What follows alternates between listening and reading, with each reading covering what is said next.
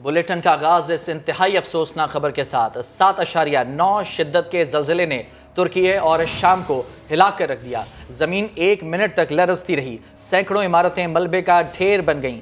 जलजले से अमवात की तादाद 700 से तजावुज कर गई, हजारों अफराद जख्मी हैं। जलजले का मरकज तुर्की के जुनूब मशरिक, गहराई 24.1 किलोमीटर थी। तुर्की के सदर ने मुल्क भर में इमरजेंसी नाफिज कर दी है। तुर्की के 10 सूबों में स्कूल 1 हफ्ते के लिए बंद कर दिए गए। अस्पतालों में अद्वियात की किल्लत पैदा हो गई।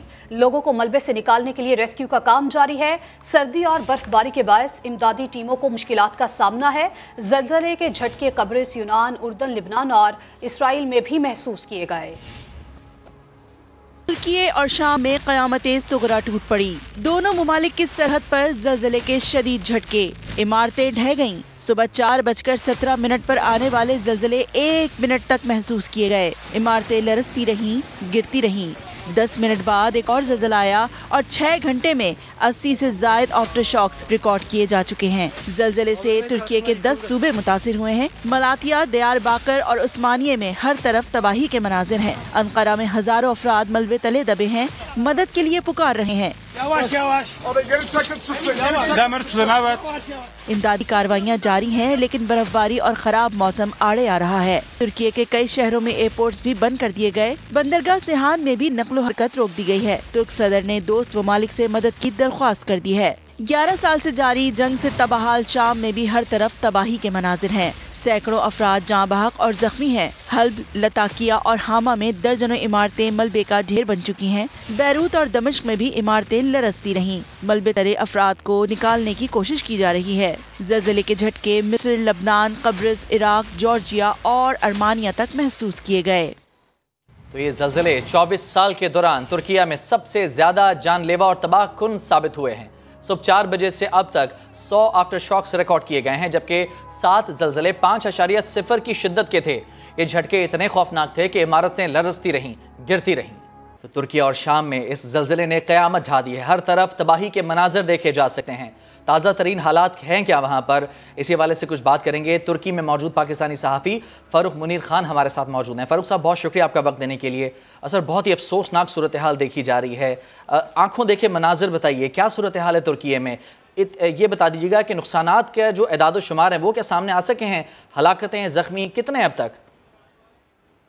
जी, अब तक की इतलात के मुताबिक तकरीबन 600 से ज़ाहिद इमारतें जो हैं वो ज़मीन बोस हो चुकी हैं। जो इलाके हैं, जो शहर हैं, 10 शहर हैं जो मुतासिर हुए हैं, जिसमें दियारबकर, हताए, अदना वो इलाके हैं जो ज़्यादा मुतासिर हुए हैं, जिसमें ज़्यादा बिल्डिंग्स जो हैं वो ज़मीन बोस हो चुकी हैं। अब तक ज़ख्मी लोगों की तादाद जो है वो 2000 से तजावुज़ कर गई है।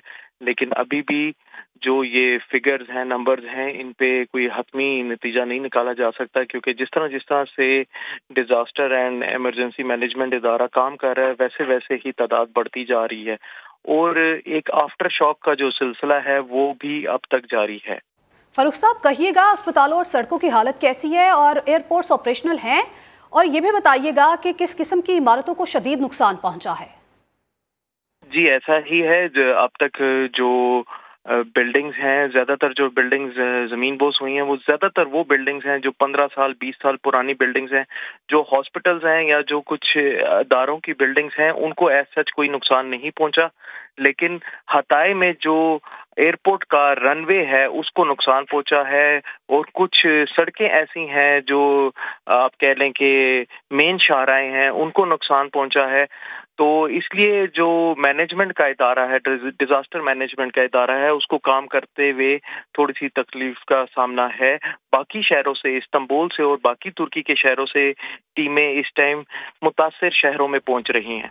अच्छा, ये भी बताइएगा फ़ारूक साहब, हम देख रहे हैं कि मौसम जो है ये भी इमदादी कार्रवाइयों के आड़े आ रहा है। बारिश और बर्फबारी का सिलसिला भी जारी है वहाँ, तो इमदादी कामों में कितनी मुश्किलात हैं इस वजह से? और तुर्की के जो सरहदी इलाके हैं, यहाँ से क्या रिपोर्ट्स आ रही हैं आपके पास?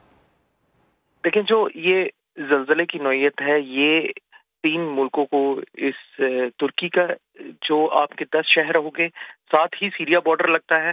सीरिया का कुछ हिस्सा तुर्की ही के पास है, जिसको वो मैनेज कर रहे हैं, जहाँ पे कैंप्स लगे हुए हैं, वो इलाका भी मुतासर हुआ है, इराक का इलाका भी मुतासर हुआ है।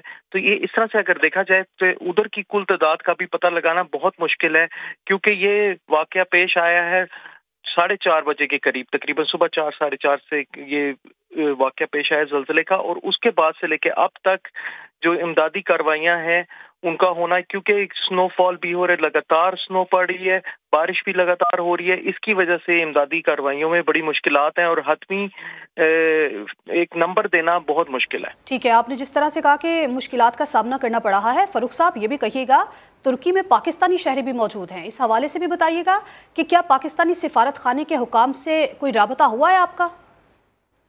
जी, अब तक की इंफॉर्मेशन के मुताबिक तो किसी भी पाकिस्तानी की हलाकत के बारे में कोई इंफॉर्मेशन नहीं आई है, कोई खबर नहीं है, लेकिन राब्ते में है और हमारे सफारत खाना भी राब्ते में है और पता करने की कोशिश करें, लेकिन अब तक के मुताबिक ऐसी कोई इत्तलात नहीं आई है। फरूख मनूरी, बहुत शुक्रिया आपका।